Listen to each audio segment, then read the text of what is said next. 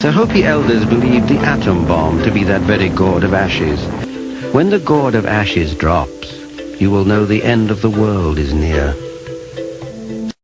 Knowledge will be increased in the last days. Daniel chapter 12 verse 4 says, "But thou, O Daniel, shut up the words and seal the book, even to the time of the end. Many shall run to and fro, and knowledge shall be increased." Each 26,000-year cycle has 4 books, one for each world. 3 of them are missing. The Bible only represents the 4th world, and it is divided into 3 parts. The Old Testament, the Creator; the New Testament, the Savior; and the book of Revelation, the Destroyer. And at the end of the book of the Savior, Luke 22:10 states, "And he replied, As soon as you enter Jerusalem, you will see a man walking along carrying a pitcher of water. Follow him into the house he enters." This is the Last Supper. It is the representation of the end of the age of Pisces, the beginning of the age of the water bearer, the age of the destroyer. The last time we entered the age of the water bearer was the last time the Neanderthal man ever walked the face of the earth. The poor and the underclass are growing. Their intention to rule rests with the annihilation of consciousness. Please understand, they are safe as long as they are not discovered. That is their primary method of survival.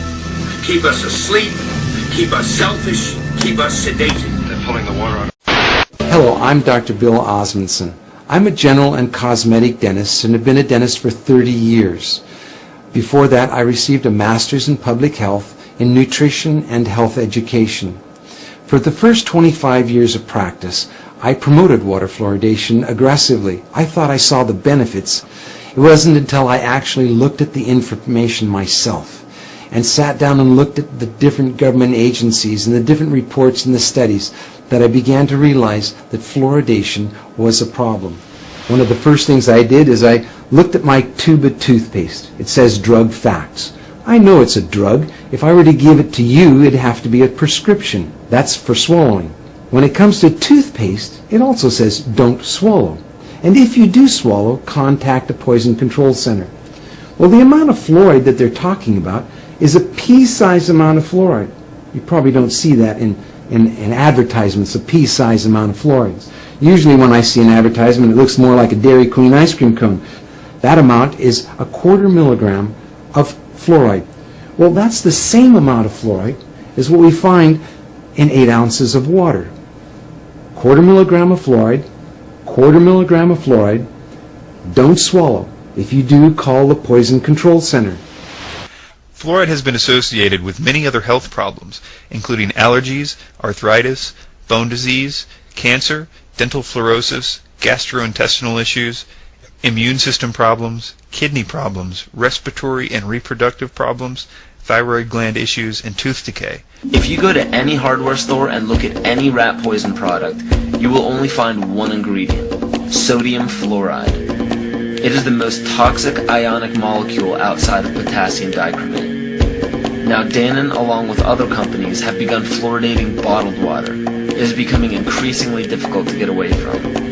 And the fact that fluoride is also used in many prescription antidepressants shows that it eliminates aggression and motivation in people. Fluoride, to my knowledge as a physician, has absolutely no biological benefit whatsoever. But one of the significant things is that the Russians carried out all sorts of experiments on people living in the Gulag. One of them, of course, was to fluoridate the water. Why? You fluoridate the water, why people are not as aggressive as they ordinarily would be. In fact, what is the active ingredient in Prozac that is so widely distributed in America today? Why, it's a fluoride compound. And now, we are finding that public water nationwide is showing up with arsenic, lead, cadmium, and thermonium, which is a radioactive form of lead. Cancer, lowered sex drive, birth defects, sedation, and brain defects. Does this not sound like a wonder drug for anyone aiming to control a population? In the 1950s, as the Cold War escalated, rural Bedfordshire was sprayed from aircraft and more shockingly, from a converted lorry. The city of Norwich was hit over a sustained period. What would happen quite often is a plane will fly off the coast, started at Cromer, flew down past Lowestoft, down the east coast, and then along the English Channel, always spraying zinc cadmium sulfide all the time, quite large quantities of it, at least £1 a mile. Normally, a substance used by Portondown, especially in a public area, would be subjected to a toxicity test. This toxicity test would mean that the substance was given a unique T number. The zinc cadmium sulfide has no T number. No one appears to have looked into the ramifications of breathing this substance in, especially in the size. They sprayed it in between 1 and 5 microns, which obviously means that it gets deep into your lungs. At the time, Yvonne Jarman lived on Halvergate Marshes near Great Yarmouth. There was no history of cancer in her family before then.